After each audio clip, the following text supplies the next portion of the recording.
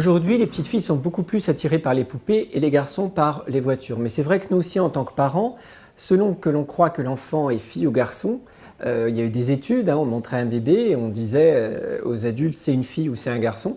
Eh bien, l'adulte va utiliser des jouets différents pour interagir avec l'enfant. Donc oui, spontanément, nous, on va plus favoriser le jeu de la poupée avec la fille et le jeu des voitures avec les garçons. Mais c'est aussi parce que la poupée baigneur représente le bébé, et c'est vrai que pendant des siècles, et encore aujourd'hui, c'est majoritairement les mères qui s'occupent des bébés. Donc c'est normal que la petite fille va s'identifier aux parents de même sexe et réclamer un bébé. Pendant longtemps, c'était que les pères qui conduisaient les voitures, donc le garçon va demander la voiture. Maintenant, les choses évoluent, et le garçon s'intéresse tout à fait aux poupées, surtout s'il a un petit frère ou une petite sœur, surtout si son père s'occupe de lui, surtout si évidemment la poupée est un garçon et non pas une fille. Donc là, il va jouer à la poupée, mais pas avec le même imaginaire que la petite fille. Mais c'est vrai qu'il y a encore des réticences. Aujourd'hui, on n'hésite pas à offrir une voiture à une petite fille, on hésitera beaucoup plus à offrir une poupée à un petit garçon, sauf s'il le réclame. Et puis, après, il y a la question de la motricité. C'est vrai que du fait de l'influence hormonale, les garçons ont beaucoup plus d'énergie, doivent faire plus d'efforts, j'allais dire, pour contrôler leur énergie motrice. Et donc c'est vrai que le jeu moteur est un peu privilégié par les garçons parce qu'il y a l'influence hormonale qui les pousse à bouger davantage. Mais enfin, il y a aussi des filles qui, évidemment, sont très actives, sont très motrices. Donc le frein, il est quand même d'abord culturel.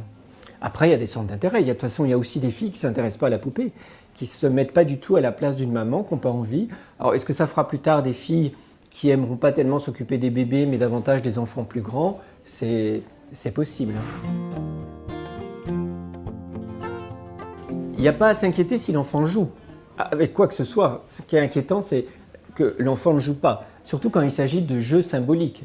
Un enfant autiste, malheureusement, ne jouera ni à la voiture, ni à la poupée, mais jouera avec des objets qui ne sont pas du tout destinés à être des jouets. Donc que l'enfant joue à la voiture ou à la poupée, peu importe, mais nous, en tant que parents, ce qui est important, c'est de développer ses centres d'intérêt et ses champs de compétences. Donc à partir du moment où l'enfant ne réclame que des poupées, on lui achète des poupées, mais on va aussi lui acheter autre chose qu'il ne réclame pas, mais qui pourrait aussi l'intéresser.